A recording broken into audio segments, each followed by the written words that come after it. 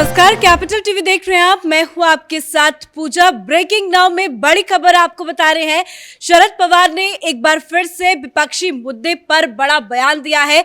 उन्होंने इस बार पीएम मोदी की डिग्री विवाद में विपक्ष पर कड़ा प्रहार किया है। उनका कहना है कि पीएम मोदी की डिग्री विवाद कोई राजनीतिक मुद्दा नहीं है। बेरोजगारी, कानून व्यवस्था, ये कुछ ऐसे मुद्दे हैं जो राजनीतिक मुद्दा है, पर विपक्ष की जो मांग बार बार विपक्ष की तरफ से उठाया जा रहा है, चाहे वो आम आदमी पार्टी ही क्यों ना हो, कि पीएम मोदी अपनी डिग्री दिखाए, उस पे शरद पवार ने साफ कह दिया है कि ये कोई राजनीतिक मुद्दा नहीं है। इस बयान के बाद से राजनीतिक हलचल भी तेज हो गई है। बड़ी जानकारी के साथ मेरे साथ न्यूज रूम से जुड़े हुए हैं कैपिटल टीवी के editor in chief doctor Manish Kumar. Sharad Pawar का ये कितना बड़ा बयान है विपक्षी एकता के लिए? देखिए, विपक्षी एकता नाम की कोई चीज रही नहीं फिर, क्योंकि अगर मुद्दे ही क्लियर नहीं हो, अगर कौन से मुद्दे पे लड़ाई लड़नी है मोदी के खिलाफ, उस पे ही एक राय नहीं है, तो विपक्षी एकता क्या है? ये तमाम जो चेहरे जो पीछे नजर आ रहे हैं, ये सब अलग थलग जा रहे हैं। वो इसलिए भी जा रहे हैं कि कुछ लोग अपने अपने हिसाब से एजेंडा तय कर रहे हैं। जैसे राहुल गांधी सावरकर को लेकर के चल रहे हैं, अडानी को लेकर के चल रहे हैं। आम आदमी पार्टी उद्धव ठाकरे वो डिग्री का मुद्दा लेकर के चल रहे हैं। तो कोई कुछ लेकर के चल रहा है, कोई कुछ लेकर के चल रहा है। 3-4 बड़े बड़े मुद्दे। शरद पवार ने तमाम मुद्दों का आज आप ये समझिए कि उनको ठेंगा दिखा दिया। ये साफ कह दिया कि ये बकवास बंद होना चाहिए। सावरकर कोई मुद्दा नहीं है। सावरकर इसलिए मुद्दा नहीं है, पुरानी चीजों को लेकर के आप क्यों इस तरह से काम कर रहे हो? आपको राजनीति करनी है, ये तमाशा करना है? आपको देश चलाना है या एक ट्विटर के ऊपर ट्रोलिंग का काम करना है? उन्होंने 2 दिन पहले अडानी के मुद्दे के ऊपर भी कह दिया।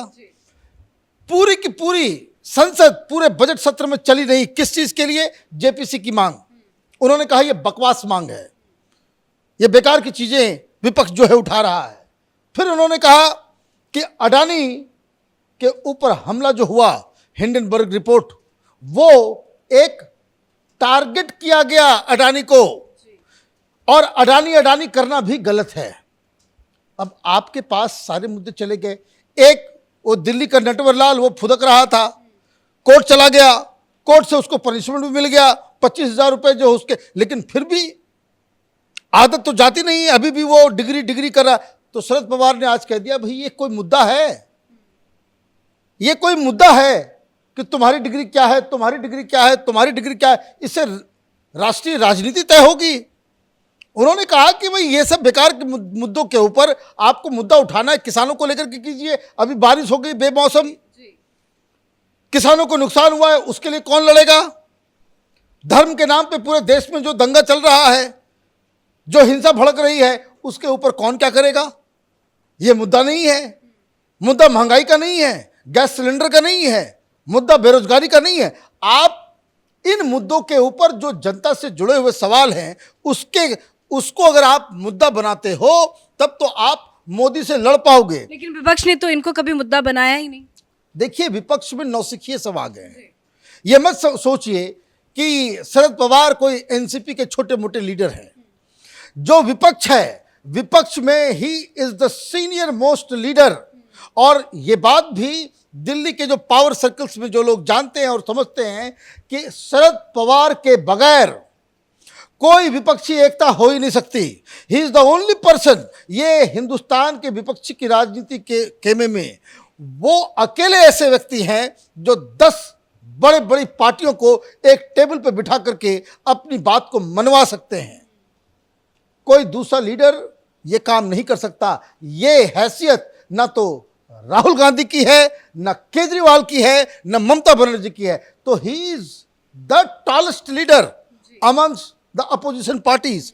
अगर वो इस चीज को बता रहे हैं तो वो अपने एक्सपीरियंस में बता रहे हैं। उन्होंने क्या कहा कि जब हम लोग शुरुआती में हम लोग आए थे, तो हम लोग सरकार के ऊपर हमला करना होता था तो हम लोग टाटा बिरला का नाम लेते थे। टाटा बिरला की सरकार, टाटा बिरला ही करते थे हम लोग। लेकिन अब टाटा बिरला के बारे में लोग नहीं बातचीत करते हैं, अब ये नाम बदल गया, अब अडानी अंबानी। लेकिन उन्होंने क्या कहा? उन्होंने ये कहा कि टाटा के योगदान को आप अलग नहीं कर सकते। जो बिरला, टाटा, जो बड़े बड़े इंस्टीट्यूशंस, जो प्राइवेट, जो इंडस्ट्रीज हैं, तो उन्होंने साफ साफ कह दिया। और अडानी के बारे में उन्होंने कहा कि अडानी का बहुत बड़ा काम है भाई, आप अडानी के ऊपर टारगेट करोगे, देश की आर्थिक व्यवस्था के ऊपर टारगेट है वो। और हिंडनबर्ग ने जो किया है ये बाकायदा प्रायोजित है ये। अब आप उसको लेकर के उन्होंने साहब कहा कि टाटा बिरला हम लोग भी करते थे, अडानी अंबानी भी, ठीक है, लेकिन इस बार जरूरत से ज्यादा इस चीज को तवज्जो दिया जा रहा है, इससे कोई राजनीतिक फायदा नहीं होगा। लेकिन हुआ क्या, कल शाम में अलका लांबा ने एक ट्वीट किया और उन्होंने साफ साफ शरद पवार को कह दिया कि ये लालची आदमी है। अलका लांबा पैदा भी नहीं होगी तब से शरद पवार कांग्रेस पार्टी के वरिष्ठ लीडर हैं। ये तो 10 घाट पे पानी पी करके कांग्रेस में वापस आई है और उससे आप ये काम करवाते हो। राहुल गांधी को, सोनिया गांधी को, प्रियंका वाड्रा को अगर विपक्षी एकता की कोई कद्र होती, आपने अलका लांबा को से कहा होता कि डिलीट करो अपना ट्वीट और माफी मांगो शरद पवार से, कांग्रेस पार्टी की तरफ से ऑफिशियल। लेकिन क्या हुआ, अलका लांबा ने एक बेहुदगी की और कांग्रेस वाले उसको रिट्वीट कर रहे हैं, वो पूरी ट्रोल आर्मी जो है वो। तो आप ये सोचोगे कि इस तरह के छोटी छोटी हरकतों से शरद पवार को आप नीचे कर दोगे, ये तो पॉसिबल नहीं। उन्होंने फिर आज प्रेस कॉन्फ्रेंस कर दिया। अब ये समझिए कि क्या आपने जो सवाल पूछा कि भाई विपक्षी एकता के लिए क्या, ये विपक्षी एकता तो खंड खंड विखंड खत्म, कुछ नहीं होने वाला। जब वैचारिक दृष्टि से ही मुद्दों के ऊपर ही जब आपके बीच एक मत नहीं है और आप एक दूसरे के ऊपर हमला कर रहे हो, ये भी नहीं सोच रहे हो कि सामने वाले किसके ऊपर आप क्या कर रहे हो। जो काम सोनिया गांधी नहीं कर सकती वो काम शरद पवार कर सकते हैं। शरद पवार अकेले ऐसे व्यक्ति हैं जो कांग्रेस पार्टी और ममता बनर्जी को साथ बिठा करके कह सकते हैं कि एक साथ चुनाव लड़िए, और दोनों उनको मना नहीं कर सकेंगे। लेकिन फिर भी आप एक छोटे से जो चुनाव कभी जीतती नहीं, उसके द्वारा आपने अटैक करवा दिया, उसको रिट्वीट करवा दिया। तो आज उन्होंने सामने आकर के न सिर्फ डिग्री के मसले को, डिग्री को भी उठाया, सावरकर को भी उठाया, अडानी को भी उठाया, जेपीसी को भी उठाया और साफ साफ उन्होंने कह दिया ये मुद्दे, ये बचकाने मुद्दे हैं। मतलब विपक्ष के अंदर जो कुछ भी आगे बढ़ रहे हैं ये लोग, ये इमैच्योर किस्म की राजनीति कर रहे हैं, इससे मोदी को नहीं हराया जा सकता। अब ये तो फैक्चुअल बातें हो गई। अब शरद पवार को क्या पड़ी हुई है भाई कि वो रोज इस तरह का बयान दे रहे हैं, रोज प्रेस कॉन्फ्रेंस करके इस तरह की चीजें कर रहे हैं। भाई 1.5 सप्ताह पहले तक तो शरद पवार पिछले 3-4 महीने से गायब हैं। पिछली बार उन्होंने जो प्रेस कॉन्फ्रेंस की थी वो अनिल देशमुख जेल गया था, उसके ऊपर जब केस हुआ था ईडी का, तब उन्होंने बातचीत की थी। अब ये अचानक से क्यों?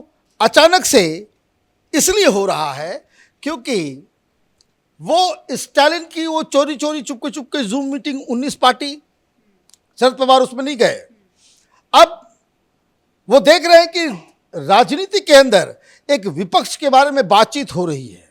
वो पहले भी कह चुके हैं भाई कांग्रेस का होना बहुत जरूरी है, लेकिन वो राहुल गांधी के नेतृत्व में हो, शरद पवार उसको नहीं चाह रहे हैं। स्टालिन भी ये चाह रहे हैं कि भाई कांग्रेस के साथ मिलकर गठबंधन हो, लेकिन स्टालिन ये कह रहे हैं कि राहुल गांधी मुख्यमंत्री हो, प्रधानमंत्री का फेस हो। शरद पवार अलग कह रहे हैं। तो अब शरद पवार का सामने आने का मतलब ये है कि विपक्ष के अंदर भी अलग अलग गुट बन रहे हैं, एक राहुल गांधी को लेकर के और दूसरा माइनस राहुल गांधी एक विपक्षी एकता की मुहिम शरद पवार ने शुरू की है। और इसमें कोई डाउट नहीं कि इस बयान के पीछे शरद पवार अकेले नहीं है, शरद पवार के साथ ममता और नीतीश कुमार और केसीआर भी हैं। और इसीलिए कांग्रेस पार्टी शरद पवार के इस पहल के ऊपर गाली दिलवा रही है। और तीसरा जो बंदा जो घर का है ना घाट का, बिना पेंदी का लोटा, केजरीवाल वो डिग्री के मसले को उठाया था, इसलिए डिग्री के मसले के ऊपर ये कह दिया। लेकिन इसमें डिग्री के मसले के ऊपर जब शरद पवार का ये बयान आया है तो ये समझिए ये सिर्फ अरविंद केजरीवाल के खिलाफ नहीं है।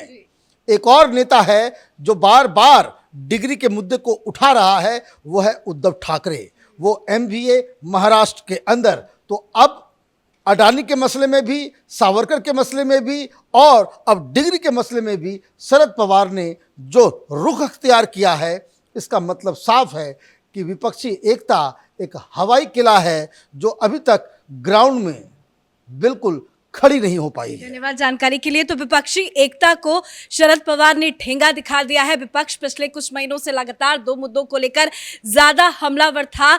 बार बार पीएम मोदी की डिग्री का विवाद जो है वो उठता गया, उसके बाद विपक्ष बार बार जेपीसी की मांग करता रहा, पर सबसे पहले शरद पवार की तरफ से जेपीसी की मांग को खारिज किया गया। उसके बाद आज शरद पवार का बड़ा बयान सामने आया। उन्होंने पीएम मोदी की डिग्री विवाद का मुद्दा कोई राजनीतिक मुद्दा नहीं है, इस तरह के बड़े बयान देकर विपक्षी एकता की मुहिम को हवा में उड़ा दिया। इस बड़ी खबर में मेरे साथ फिलहाल इतना ही। कैमरा पर्सन रवि के साथ मैं पूजा, कैपिटल टीवी।